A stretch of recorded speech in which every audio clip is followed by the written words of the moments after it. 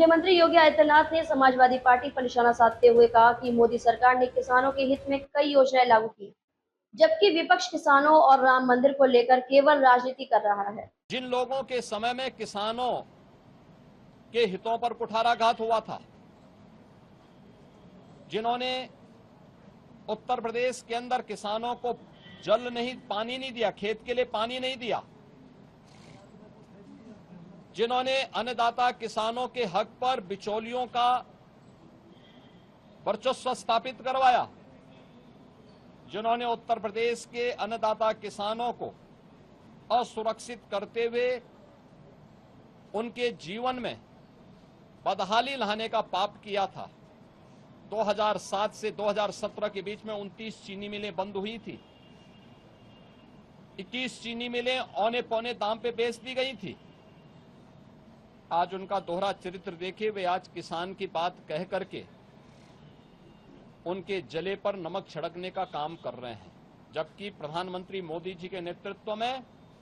अन्नदाता किसानों के लिए प्रधानमंत्री फसल बीमा योजना, प्रधानमंत्री कृषि सिंचाई की योजना, जिसके माध्यम से 24 लाख हेक्टेयर लैंड में अतिरिक्त सिंचाई की सुविधा हमने यूपी में दी है। ये परिवर्तन देखने को मिला है, ये हुआ है। अन्नदाता किसान आज एक नहीं, दो नहीं, तीन, चार फसल प्रदेश के अंदर लेने का कार्य कर रहा है। पैक हाउसेज के माध्यम से यहां से औद्यानिक फसलों का एक्सपोर्ट हो रहा है, विभिन्न देशों में हो रहा है।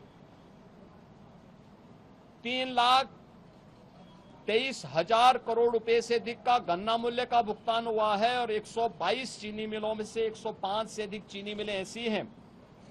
जो चौथे पांचवें दिन गन्ना मूल्य का भुगतान गन्ना किसानों के खाते में कर रही है, जबकि समाजवादी पार्टी के समय में 10 वर्ष का गन्ना मूल्य का बकाया बाकी था और ये लोग किसानों के साथ किसी प्रकार से उनके हितों को संरक्षण देने की बजाय उन्हें आत्महत्या और पलायन करने के लिए मजबूर करते थे। उनके ट्यूबवेल सुरक्षित नहीं थे। आज 16 लाख ट्यूबवेल में फ्री में बिजली उपलब्ध करवाने का काम ये डबल इंजन की सरकार करा रही है। आश्चर्य होता है, वे किसानों के मुद्दे की बात कर रहे हैं। देश में पोर्टल की समस्या आई थी, लेकिन आज खाद की उपलब्धता हर एक जगह सुनिश्चित करवाने के लिए विभाग को पूरी शक्ति के साथ कहा गया है और मैं सभी अन्नदाता किसानों के लिए इस बात के लिए आश्वस्त करता हूं कि डबल इंजन सरकार है, किसान उसकी प्राथमिकता में है, युवा उसकी प्राथमिकता में है। अयोध्या के मुद्दे को वे लोग उठा रहे हैं जिन्होंने राम भक्तों पर गोलियां चलाई थी, जो जय श्री राम बोलने पर लाठी गोली चलाते थे, जिन्होंने श्री राम मंदिर के निर्माण में वकीलों की अपनी फौज न्यायालय में खड़ी करके इस पूरे कार्यक्रम को बाधित करने का प्रयास किया था।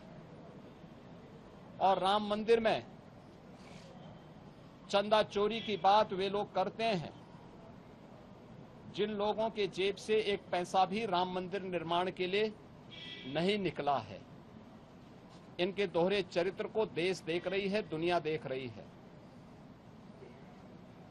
मैं आज के इस अवसर पर सभी माननीय जनप्रतिनिधियों से इस बारे में कहूंगा कि वे सदन में एक स्वस्थ चर्चा परिचर्चा को बनाए रखने के लिए कार्य करें। हमारे सभी